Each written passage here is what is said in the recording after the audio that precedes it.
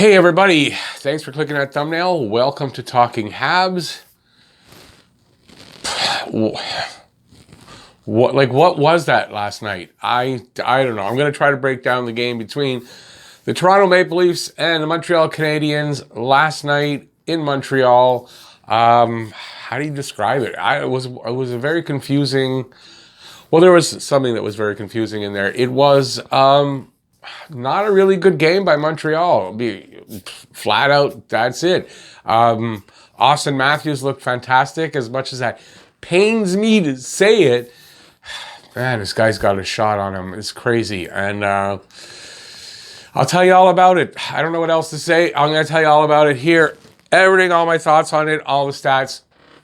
Before we get to that, if you're a Habs fan like I am, and you want to see more videos, maybe not like this so much, that maybe winning ones, but if you want to see more Habs videos and live streams, and I live stream every game, subscribe, ring that notifications bell. That's down there. That'll get you your daily fix of Bleu Blanc Rouge right here Talking Habs, and let's get into this video. So I'm filming this the next day, and there's a reason for that. I live streamed the games, and I wanted to make sure, because I came out rather strongly in my live stream. I was very emotional, like I think most of us were, about that goal, the KK goal that got called back. And I wanted to make sure I saw it properly, and just didn't do this by total emotion. I wanted to sort of, because I think I might have gotten it wrong. And I don't know, I'm still confused by that goal. Anyway, we're going to get to it. I'm not going to bore you anymore up to then. We got the goals, the stats, my thoughts. We'll start with the goals. First of all, first period, there was no scoring. There was no scoring in the first period. I wrote up there, Price, amazing save on Mikheyev, because that was the highlight for me of that period. Was Price just made an amazing save, falling backward and just getting his glove there. I mean, I was on the live stream. I was like, oh, yeah. And I don't know how he stopped that, but he got his glove there, his glove, and he stopped it. It was he robbed him blind. So that was the highlight for me. Other than that, Montreal maybe got a bit of a slow start as far as the skaters, but Price was on. I think Price was on right away. It wasn't a slow start like the last time. I thought he started a little slow in the game. So I don't blame Price here at all. Well, in the first period, there was no scoring to blame anybody on. But I thought maybe the skaters were not, like, maybe showing some rust because they were off for the week. So I kind of thought that. But they did pick it up. Second period, and we get first goal. So this one, you know, it was a really, I mean, I hate the kid, but I'm sorry. Leafs fans, I'm sorry, but I don't like the kid. But who has a shot like that? That was an amazing shot, gotta say. So it was a big decision by Riley. He had the puck at the blue line, and you got an open Matthews, and you got Marner over here. I don't know how open he was. I can't really remember, but you'd think you passed to Matthews because he's open, but he doesn't. He passes it to Marner, and it was a really good decision because God knows what I wrote here, but he passes it over there. Everybody kind of slides over, and it makes Price slide over a little bit, right, to face the shooter. And Marner goes cross seam to the other side to a still open Matthews. And I get it's a power play. I mean, I get it. They're two-man down. I mean, I get all that. But, I mean, he's a still open Matthews. I don't know how else he's going to be anyways. 5-on-3. And it causes Price to have to go back even farther than he would have if Riley passes it to Matthews. It becomes now a savable shot for Price, where this one with Matthews' shot, there's no chance for Price on that goal. None. It was a perfect shot. Top corner, off the bar, into the net. Price from farther out no, I don't see how he stops that. I don't see how anybody stops that shot. Now, I wrote a whole lot here. It's basically what it was. Okay. Second goal is like 17 seconds later. Travis Boyd gets his first power play goal. It was a failed clearing attempt, I think, by Petrie from behind the net, or behind the goal line on the right side, I guess. And it doesn't go out. And it's like cross cross, or was it something like that? I don't know how it, but cross, and then Boyd's at the side of the net, and he's a tap in, and it's a goal. And it's quickly 2-0, and it's looking like, oh my God, I got to live stream this game? 3 more hours of this? Oh my God, it looked like it was already out of that was done. But it wasn't, because just a couple minutes later, KK, Tatar pops KK free. On a nice little play. What did I write about it? A nice backhand pass, that's right. And he was under pressure against the boards. 2 guys on him. And just beautiful little backhand pass that finds KK breaking over the line. And he's alone. And he fires a laser beam of a wrist shot. Anderson, I saw the replay. The puck's in the net. Anderson just he didn't even have a chance to react, and the puck was in the net. KK needs to shoot that way more often. And I was watching somebody, Scotian Canadian, and he made a really good point that after the goal that we did, the one we're going to talk about soon, KK got mad, and he was shooting more, and he was getting chances, and if KK shoots more, he's going to score more. And yeah, so KK needs to shoot more. I know it's been said, obviously, already, but you can see the results. What a laser of a wrist shot he's got. He's got a good shot, KK. He needs to use it. Now, 30-odd seconds later, let me write. So there's a botch play at the Montreal line by the Leafs, and it pops Byron free. For a sort of breakaway. He's free, like I wrote here, free just enough to get in alone, and he comes in left to right, I think, and on his way across, he backhands it over his glove. Yeah, over Anderson's glove. Beautiful shot too. A really nice backhander, goes just high enough over the glove into the net. I think it even went up. Like it went good. He got the puck up. So a really nice goal by Byron. He gets off the Schneid, first goal of the season. They waved him and he cleared and he comes back for a goal. That's really nice to see. So Byron chipping in, and boom, it's starting to look like, oh my God, this game's not over. This is going to be a barn burner. And then that's not a power play. 7:31, Marner. Let's get the Marner goal. So Weber, I don't know if you call it a pinch, but he hits Matthews at the line, and Matthews, I don't know if the puck pops off his stick or he gets it off his stick into like no man's land around the circle there. Puck's open. Marner races in all alone. And he gets into and it's a 2-on-1 actually with Sherratt defending. That's right.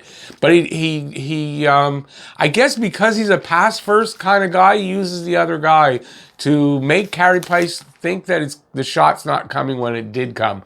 And this real quick little boom boom on his stick, like front to back. And then he fired it, and just beautiful little shot. I don't think Price was expecting that. And at the same time as the shot, Sherratt slides across and gives him a partial screen. I don't know. Should Price have had that one or not? I don't know. I know on the first 2, he had no chance. You can't blame him here. But on this one, I'm not sure.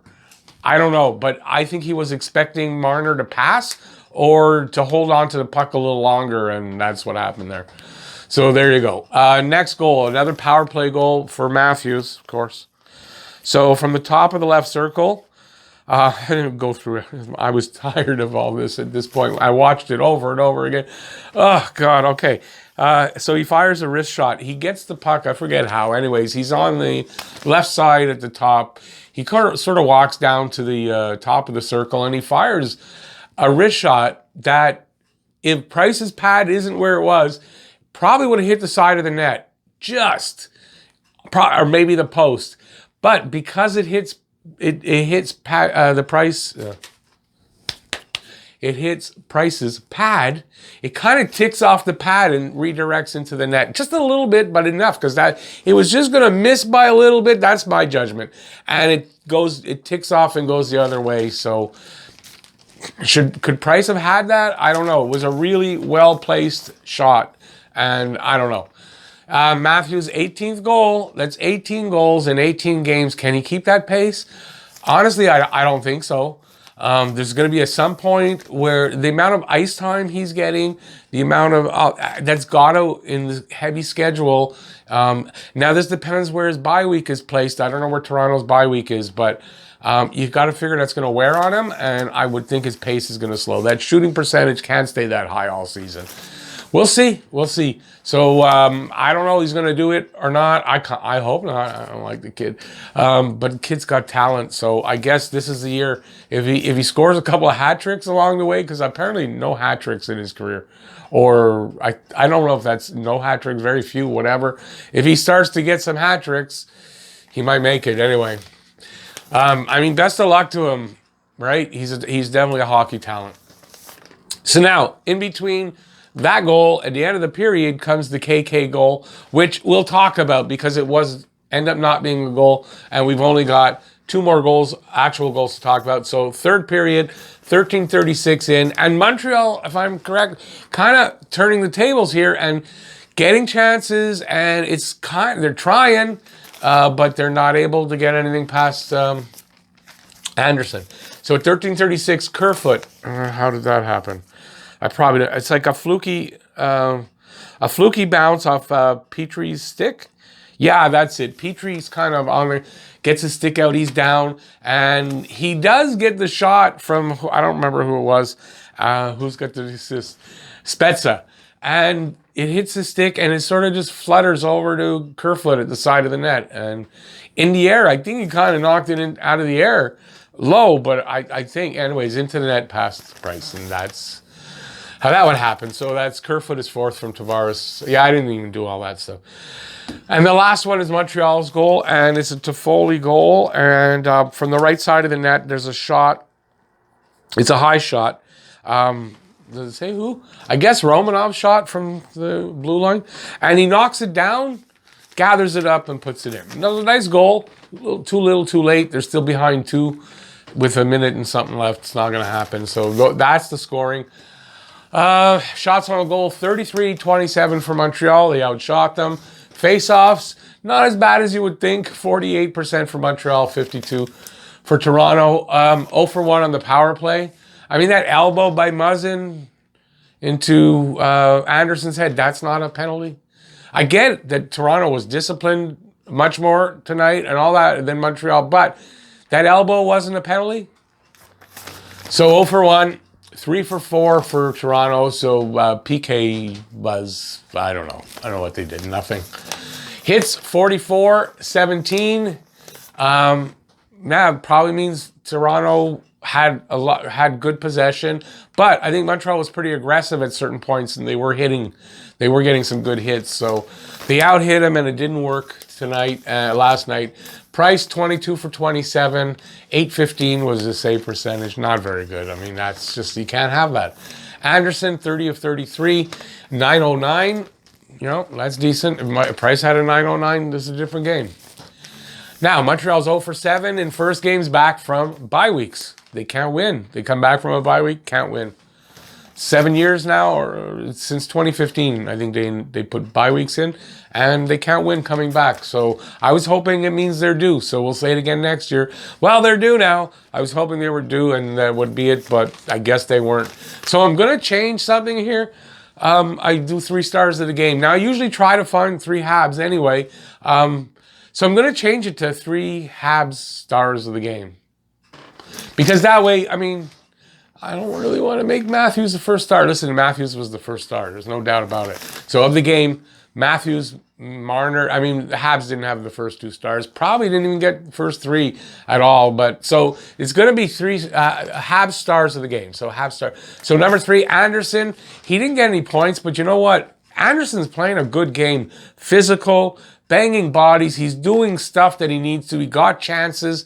Anderson was really good. He's been good every game. Byron got that goal, played well. I think Byron deserved a star. He was one of the better Habs of the night. And KK was aggressive. He looked good tonight. This is the KK. That's what he's going to develop into, this type of a player. He's not there yet. He's close. It may even take a couple more years, but you know what?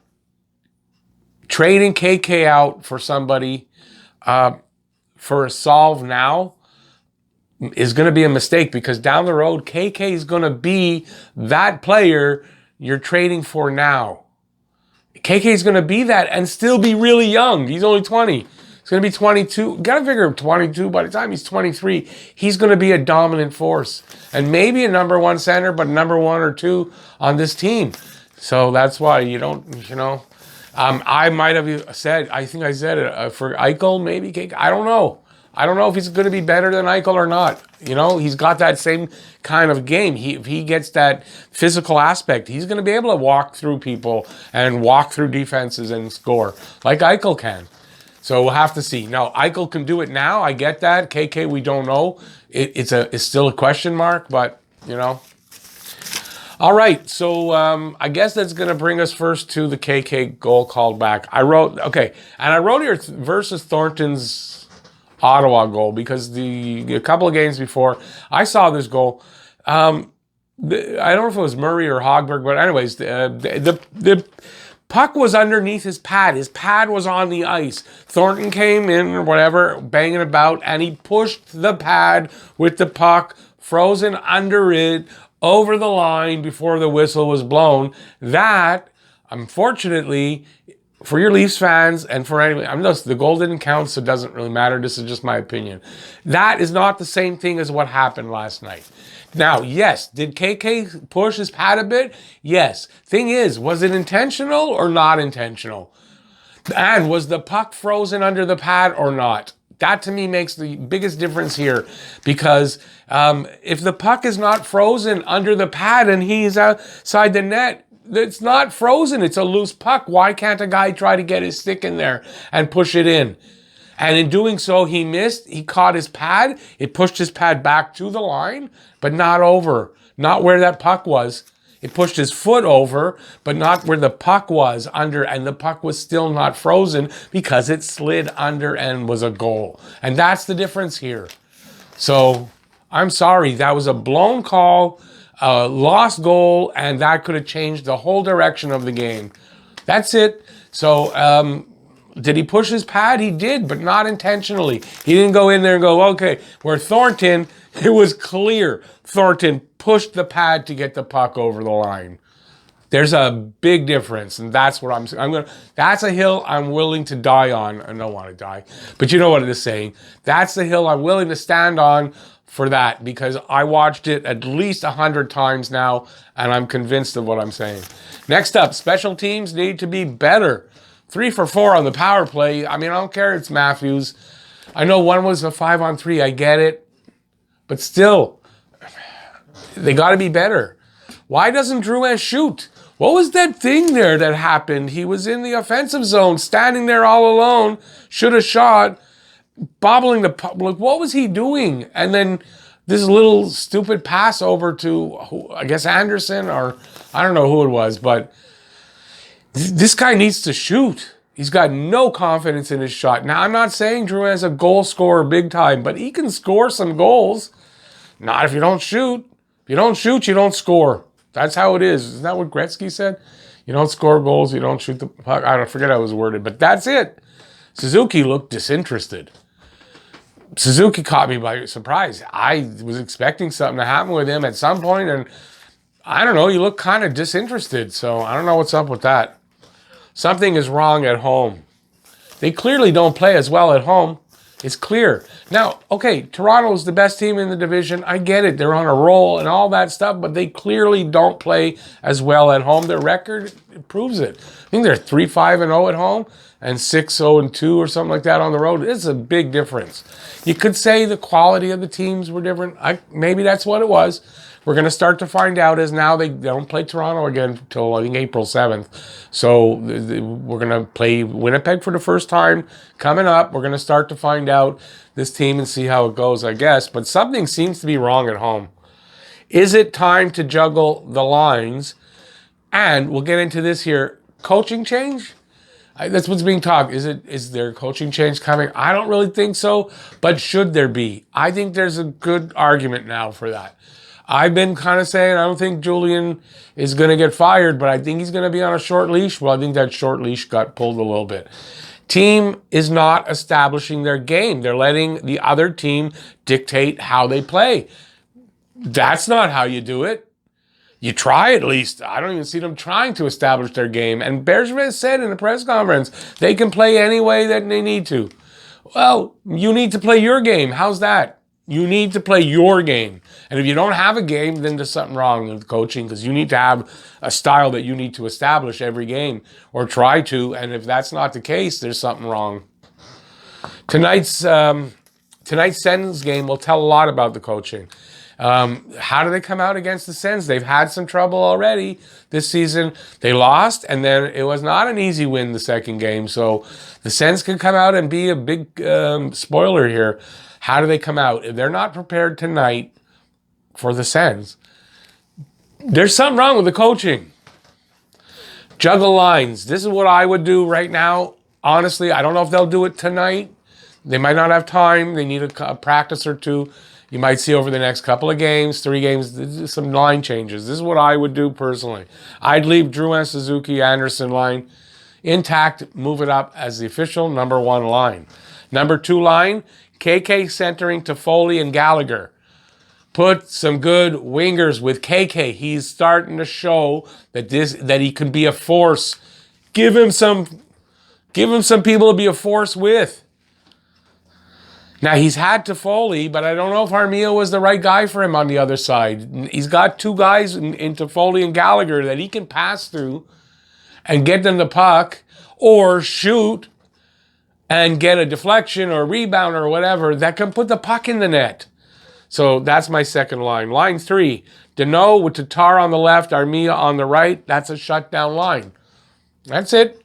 They're going to be a shutdown line. Tatar's not having a great season. And you know what? Tatar had a career year by far last year.